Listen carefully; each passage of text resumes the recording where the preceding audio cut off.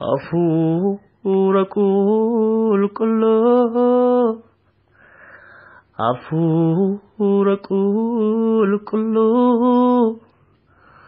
Hafuura qulqulluu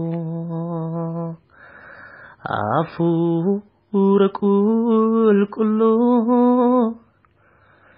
Hafuura qulqulluu Hafuura qulqulluu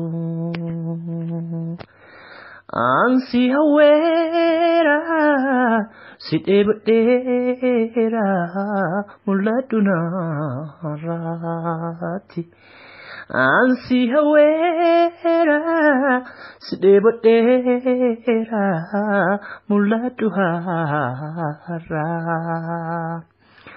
Argamun kee aika argamun kee Gaaffii ulfaata deebisa argamun kee yaahika argamun kee Gaaffii ulfaata deebisa argamun kee Amen amen amen amen Hafuura qulqulluu Hafuura qulqulluu Hafuura qulqulluu Hafuura qulqulluu Hafuura qulqulluu Hafuura qulqulluu Ansi hawera si debadera mul'adhu narratti Ansi hawera si debadera mul'adhu har'a Argamun kee aika argamun kee Gaaffii ulfaata deebisa argamun kee Amen amen amen argamun kee aika argamun kee Gaaffii ulfaata deebisa argamun kee Gadi fageenyani si baruun barbaada Atna wajjin ta'uu caalaa maalan fedha Iddoo ati hin jirre halkaniin bari'u Guyyaanis hin dhiibu jireenyi mijaa'u Araara kee jaalala kee gargaarsa kee hundumaaf si galateeffannaa Waaqayyoo keenya Abbaa keenya Waaqa bara baraa Waaqa guddaa hundumaa dandeessu si galateeffannaa Waaqa irratti lafa irratti ulfinni galanni guddinni siif haa ta'u nuyi kan keeti sin nu uume erga biyya lafaa kanarra dhufnes dhuunfaa keeti qabeenya keeti situ nuun hojjeta jireenyi keenya hundinuu kan keeti yaa Waaqayyo ati qulqulluudha Abbaa keenya ulfinni galanni bara baraa siif haa ta'u waan nu fo'atteef galanni siif haa ta'u funyoo safara keenya mana kee keessa waan nu gooteef si galateeffannaa galanni ulfinni siif haa ta'u ixaa keenya iddoo aarsaa kee waan gooteef si galateeffannaa Kiristoos ilma Waaqayyoon jaallatamoo waan nu gooteef si galateeffannaa galanni bara baraan siif haa ta'u amma yeroo kana yaa Waaqayyoo sirraa barachuuf jennaa ati nu barsiisi sirraa barachuuf jennaa ati nu barsiisi sirraa dhaga'uuf jennaa ati nutti dubbadhu namni foonii homaa dubbachuu hin danda'u waa'ee kee ibsuu hin danda'u waa'ee kee ibsuu kan danda'u hafuura kee qofa hafuurri kee nama namaan barsiisaan hundumaa beeku maqaa Yesuus Kiristoosiin nu haa barsiisu ana na barsiisi obboloota koo warra dhaggeeffatan hunda isaanii barsiisi hingootaa si haa galatu maqaa Gooftaa Yesuusiin ameen sagalee Waaqayyoo keessaa iddoo tokko nan dubbisa Roomee 12:1 irraa akkas jedha ammas yaa obboloota koo araara Waaqayyoof jedhaati namummaan keessan qulqullaa'aadhaaf waaqayyo duratti fudhatamaa akka ta'utti aarsaa jiraatu gootanii akka sadhiyeessitan isin nan gorsaa. Akkasittis hafuuraan waaqayyoof in sagaddu. Ameen. Har'a kan ilaallu waaqeffannaa waaqayyoo namarraa barbaadu jedhu jalatti walii wajjin in ilaalla. Gooftaan immoo nutti dubbata. Galanni waaqayyoof haa ta'u. Barumsi keenya damee baay'ee of jalaa qaba yoo waaqayyo jedhe. Amma itti seensarra jirra wanta ta'eefi torban darbe ilaalaa turre waa'ee waaqayyo maaliif akka nama uumee ulfina isaa dubbachuuf waaqayyo uumama isaa namootarraa ulfina akka barbaadu ulfina isaa himuudhaaf nama akka inni uume ilaalaa turre. Amma immoo waaqeffannaa waaqayyo namarraa barbaadu jedhu jalatti waan muraasa duwwaa dubbanne yeroo biraas itti fufna. Waaqayyo waaqeffannaa akkamii namarraa barbaada yoo jenne sagalee waaqayyo amma dubbifnerraa waan baay'ee arguu dandeenya. Isaan dura garuu akka waliigalaatti waaqayyo waaqeffannaa akkamii namarraa barbaada yoo jenne jireenya ofii kennu of kennanii waaqayyoof hojjechuu kan waaqayyo namarraa barbaadu. Uumama 4 lakkoofsa 4 yoo dubbifanne waa'ee Qaayinii fi waa'ee Aabeliin ilaalla iddoo sanatti. Qaayinii fi Aabel ijoollee Addaam akka turan hundi keenya hin beekna. Hojiin isaaniis adda addadha. Inni tokko qotee bulaadha, inni tokko immoo horsiisee bulaadha. Horsiisee bulaan Aabelidha. Qaayin immoo inni immoo qotee bulaadha. Midhaan adda addaa qotee argata. Guyyaa tokko garuu lamman isaanii waa tokko murteessan. Fuula waaqayyoo duratti aarsaa dhiyeessu. Qaayilii isa qoterraa ija midhaan isaarraa waaqayyoof dhiyeessuu barbaade. Aabel immoo horii isa horsiisaa jirurraa hoolota isaarraa bushaayee isaarraa waaqayyoof aarsaa dhiyeessuu barbaade. Galanni waaqayyoof haa ta'u. Uumama 4 irraa maal jedhaa? Waaqayyo gara Aabeliif gara aarsaa isaa ilaaleedha. Ilaalaa iddoo kanatti. Waaqayyo gooftaan keenya maal nurraa barbaada beektuusin? Mootiivii keenya barbaada waaqayyo.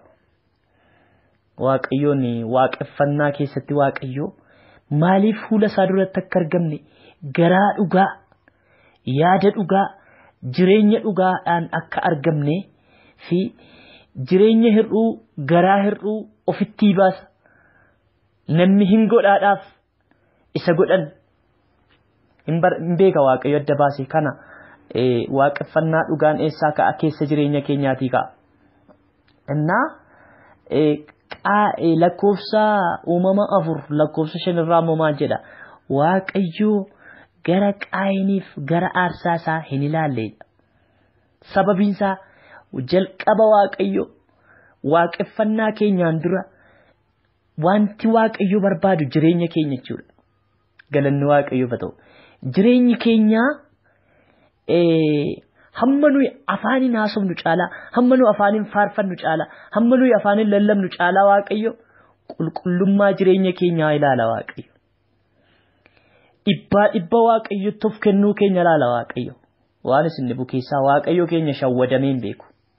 Waaqayyo keenya gowwoomee hin beeku. Kanaaf waaqayyo waaqeffannaa akkamii barbaada yoo jenne ilaallee garaa dhugaadhaan jireenya qulqullummaa qabuun yaada dhugaadhaan bara kana keessaa qulqullummaan mana waaqayyoo keessaa jireenya namootaa keessaa baay'ee rukutamee isa dhumaarra jira. Namni afaaniin dubbachuu barbaada malee keessa isaatiin waaqayyoon gammachiisuu hin barbaadu. Hojii isaatiin, dubbannaa isaan, yaada isaan, adeemsa isaan waaqayyoon gammachiisuu hin barbaadu. Afaaniin nama shawwaduu barbaada. Namni shawwadama, namni gowwoomfama. Waaqayyo gooftaan keenya garuu hin shawwadamu, hin gowwoomfamu. galanni ulfinni waaqayyoof haa ta'u. Kanaaf Roomaa 12 amma dubbifanni irraa maal jedha? Namummaan keessan qulqullaa'aadhaaf waaqayyo duratti fudhatamaa akka ta'utti aarsaa jiraatu gootanii akka isa dhiyeessitan isin nan gorsa. Ilaala. Aarsaa waaqayyo barbaadu sitti maan namummaa namaa qulqullaa'aa waaqayyo duratti fudhatamaa isa ta'e sana barbaada waaqayyo nurraa.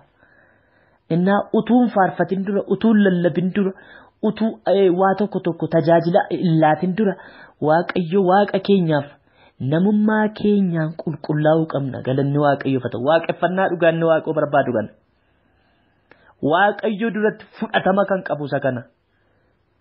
Innaa yoo akkasitti ta'ee jedha kutaa kanarraa waaqayyoof hafuuraan waaqayyoof hin sagaddu.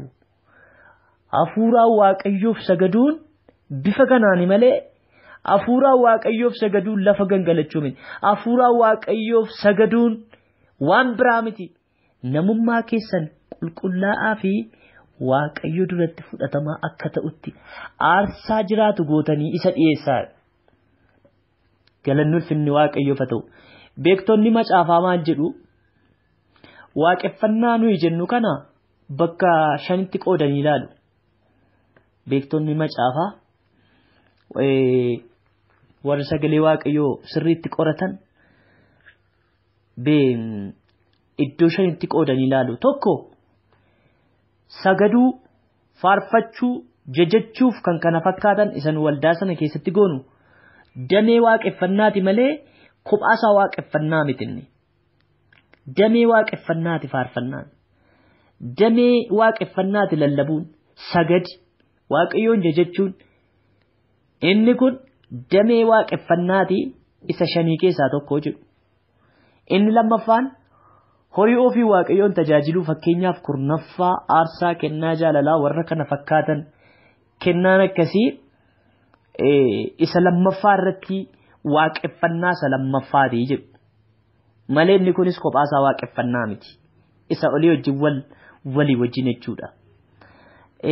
Inni sadaffaan dubbii sagalee waaqayyoo dhaggeeffachuu, lallabuu, barsiisuu, dhaggeeffachuu, walumaa gala sagalee waaqayyoo wajjin waantu wal qabatu. Amanaan tokko sagalee waaqayyoo wajjin adda ba'uu waan hin dandeenyeef fedha waaqayyoo isa sirrii, fedha waaqayyoo isa dhugaa sagalee waaqayyoo irraa wanta baratamuuf inni kunis waaqeffannaadha jedhu. Waaqeffannaadha inni kunis jedhu. Kanaaf warri faarfachuu barbaannu, warri waaqayyoof hojjechuu barbaannu isa faarfannaan keenya sagalee waaqayyoon ala taanaan waan biraadha. Faarfannaan keenya sagalee waaqayyoon ala taanaan hir'ina baay'ee wanta qabaatuuf namni waaqayyoon faarfachuu barbaadu dubbii sagalee waaqayyoo barsiisuu qaba. Dubbii sagalee waaqayyoo dhaggeeffachuu qaba. Dubbii sagalee waaqayyoo dubbifachuu qaba. Maaliif ergaan faarfannaa isaa guutuu ta'uuf sagalee waaqayyoo keessaa dhufa faarfannaan. Sagalee waaqayyoo keessaa madda faarfannaan. Macaafa qulqulluu kakuu haaraa ammoo afaan isiniin jechaa jira gaafa akka jedhu. Namni tokko nan faarfadha jedhee sagalee waaqayyoo wajjin firooman qabu taanaan inni waaqeffannaa sirrii waaqayyoof dhiyeessaa hin jiru jechuudha.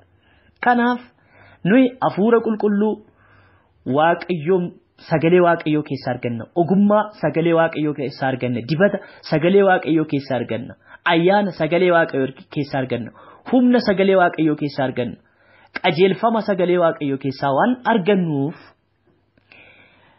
sagalee waaqayyoo kana barsiisuun, sagalee waaqayyoo kana dhaggeeffachuun, sagalee waaqayyoo kana lallabuun damee waaqeffannaa keessaa isa tokkodha jedhu. Inni afuraffaan kadhannaadha. Kadhannaadha. Kakuu haaraa keessattis, kakuu moofaa keessattis kadhannaan humna guddaa akka qabu, kadhannaa malee hojiin mootummaa waaqayyoo akka hin sochoone, kadhannaadhaan namni yeroo hundumaa waaqayyoo wajjin konnekshinii qabu akka jabeeffatu kadhannaa iddoo guddaa qaba. Kanaaf kiristaanni tokko waaqayyoon hin kadhatu taanaan inni mataan isaa iyyuu duwwaadha, zeeroodha. Kanaaf waaqeffannaan damee waaqeffannaa keessaa inni tokko kadhannaadhaa jedhu beektonni macaafaa. Kadhannaan hin jiru taanaan namni humna hin qabu, tajaajilli isaa humna hin qabu, faarfannaan isaa humna hin qabu, lallabi isaa humna hin qabu, jireenyi isaa humna hin qabu. Namni hin kadhanne duwwaadha jireenyi isaa. Kanaaf namni na waaqeffadha jedhee asiin immoo kadhannaa hin kadhatu yoo ta'e waaqeffannaan isaa hir'uudha jechuudha. Hir'uudha jechuudha. Kanaaf namoonni waaqayyoof nan hojjedha jennu, namoonni waaqayyoon hin tajaajilla jennu, waaqeffannaa damee waaqeffannaa keessaa tokko kadhannaa wanta ta'eef kadhannaan barbaachisaadha. Nu warra biyya lafaa kanarra nama taane jiraannu miti. Kiristoos ilmi waaqayyoo iyyuu biyya lafaarra yeroo ture inni waaqa dhugaaf nama dhugaa ture iyyuu kadhannaa baay'ee ofii isaa kennee ture. Guyyaa 40 yeroo inni kadhate jira kadhannaa. Yeroo hundumaa gara gaaraatti ol ba'a kadhannaadhaaf. Gaafa qabamuuf ka'e sanallee jilbeenfatee utuu kadhatu inni nan dhasaarma dafqee akka dhiiga nan dhasaarra roobe jedha. Kadhannaan humna guddaa qaba. Kadhannaa yaa faarfata yaa tajaajila kadhannaa hin qabdu taanaan waaqeffannaan kee hir'uudha. Kadhannaa hin beektu jechuun kadhannaan kadhattu jechuun waaqayyoo wajjin tokkummaan qabdu. Tokkummaa kee kan cimsu waaqayyoo wajjin kadhannaadha. Dhuunfaatti waaqayyoon baruun kadhannaadhaan galanni waaqayyoof haa ta'u. Inni shanaffaan beektonni macaafaa waaqeffannaan gosa 5 qaba, damee 5 qaba jedhanii amanan keessaa qulqullummaadhaan jiraachuudha. Qulqullummaadhaan jiraachuudha. Sagalee waaqayyoo kana keessaa iddoo baay'eetti waa'ee qulqullummaa sagalee waaqayyoo dhugaa ba'a. Sagalee waaqayyoo maal jedha? Ani qulqulluu akkan ta'e isinis qulqulloota ta'a jedha. Namni waaqayyoo namni Kiristoosiin waaqeffatu Kiristoosiin fakkaachuu qaba. Namni waaqayyoo waaqayyoon fakkaachuu qaba. Waaqayyoon fakkaachuu keessaa inni tokko qulqullummaadha. Arraba ofii hamaa kan dubbanneef shaakalchiisu. Yaada hamaa kan yaadneef yaada ofii shaakalchiisu. Jireenya qaama ofii hundumaa qulqullummaan akka sagalee waaqayyootti jiraachuun waaqeffannaadha. Indoominni kun waaqeffannaa isa waaqayyo barbaadu keessaa tokko.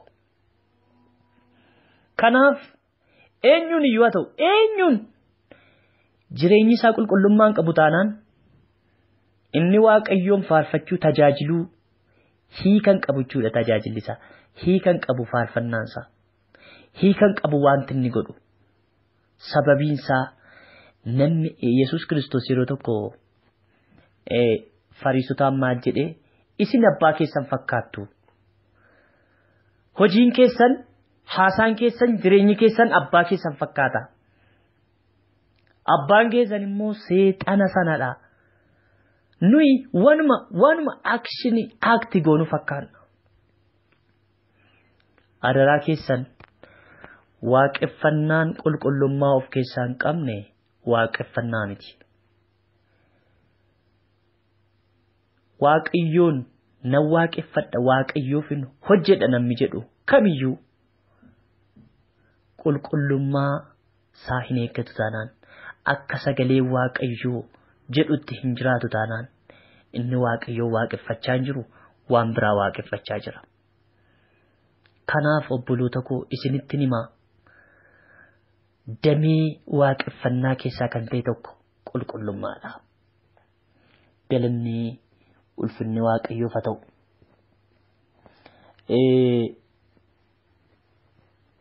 Saba Israa'eliin waaqayyoo yeroo biyya Gibxii baasuuf ka'e mootii Gibxii sanatti Musee fa'aa ergee maal jedheeni sabni koo dhaqee anaaf hojjetu gadhiisii jedheen. Biyya sana keessatti Israa'eloonni rakkina ciccimaa arganiiru. hojii humnaa olii hojii ulfaataa hojjisiisu turan warri Gibxii sun yoo isaan didan immoo hin tumu turan hin reebu turan nanna isaanii caccabsanii Waaqayyo Gooftaan saba koo gadhiisii dhaqee anaaf hojjetu jedha. Ba'uu 5:3 irraan arganna saba koo gadhiisii dhaqee aarsaa anaaf dhiyeessu. Ba'uu 7:16 irraa immoo saba koo gadhiisii dhaqee naa tajaajilu jedha.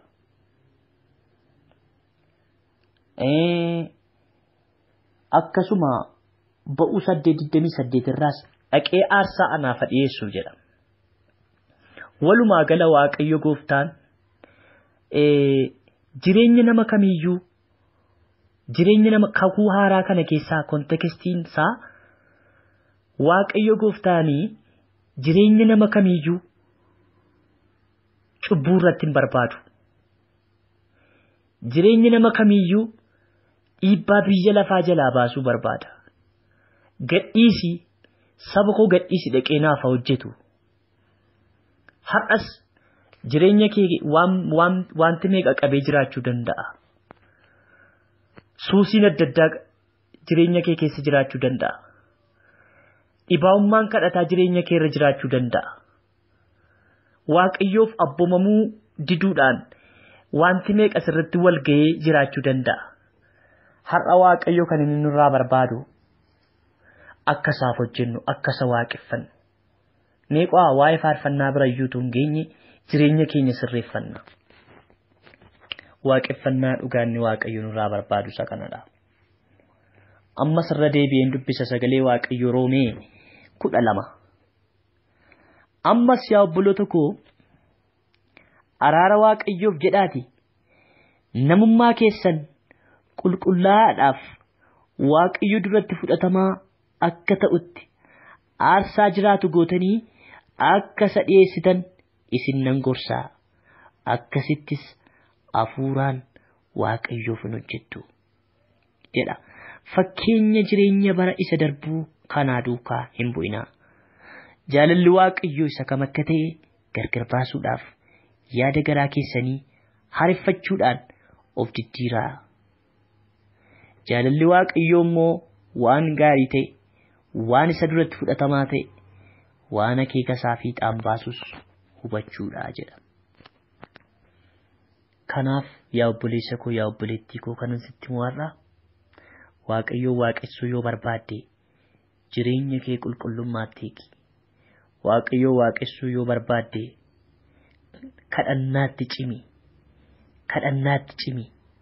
Waaqayyoo yoo waaqeffachuu yoo barbaadde garaa kee guutuu Waaqayyoo jireenya kee keessatti moosisi. Namummaa kee guutuudhaan, yaada kee guutuudhaan, humna kee guutuudhaan Waaqayyoof hojjedhu. Waaqeffannaa dhugaanni Waaqayyo barbaadu isa kana. Yeroo biraa immoo waa'ee faarfannaatti hin deebina. Waaqayyoon immoo nu gargaara. Nu barsiisa Waaqayyo Gooftaan. Yaada garraamiif yaada gaddeebi'aadhaan wal tajaajila. Yoo akkas ta'e Waaqayyo immoo darbee hojii isaan hojjeta. Waaqayyo Gooftaan isin eebbisuun isiniin jedha. Baay'een isin jaalladha.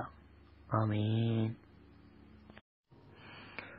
Hafuura qulqulluu, hafuura qulqulluu, hafuura qulqulluu, hafuura qulqulluu, hafuura qulqulluu. Hafuura qulqulluu ansi hawweera si dheebodheera mul'adhu naarratti ansi hawweera.